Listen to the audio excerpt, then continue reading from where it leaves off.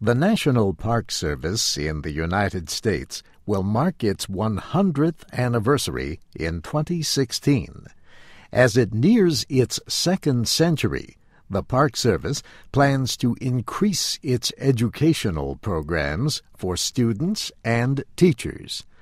The plans include transportation support for 100,000 students each year to visit national parks to learn about nature and history. Yellowstone is believed to have been the world's first national park when it was established in 1872. Other students will get a chance to see parks in faraway places through Skype and other online programs. The National Park Service also works with partners to provide education. One of its partners is a nonprofit organization called Nature Bridge. Nature Bridge is celebrating its 40th anniversary and says 1 million young people have taken part in its programs. The organization works with students from kindergarten through 12th grade and uses national parks as its classrooms. It provides field science programs at Yosemite National Park and 4 other locations in California and the northwestern state of Washington.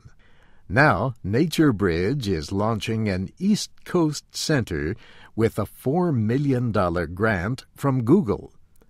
The program will begin in April at the Prince William Forest Park in Virginia.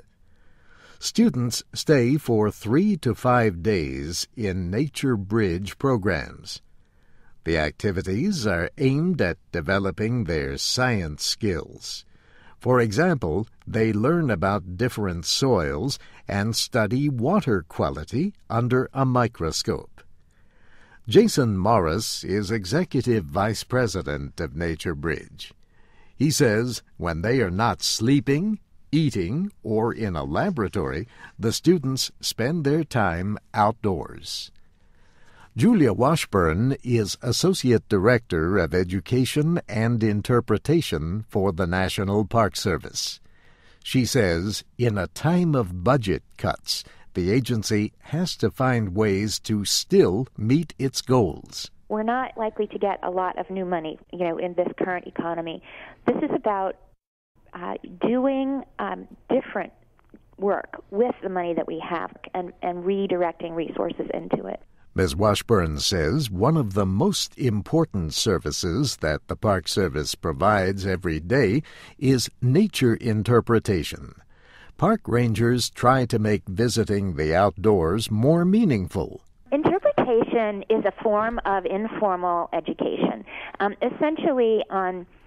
It's a word that we use for the people in parks that explain the park or help orient you. So park rangers are interpreters.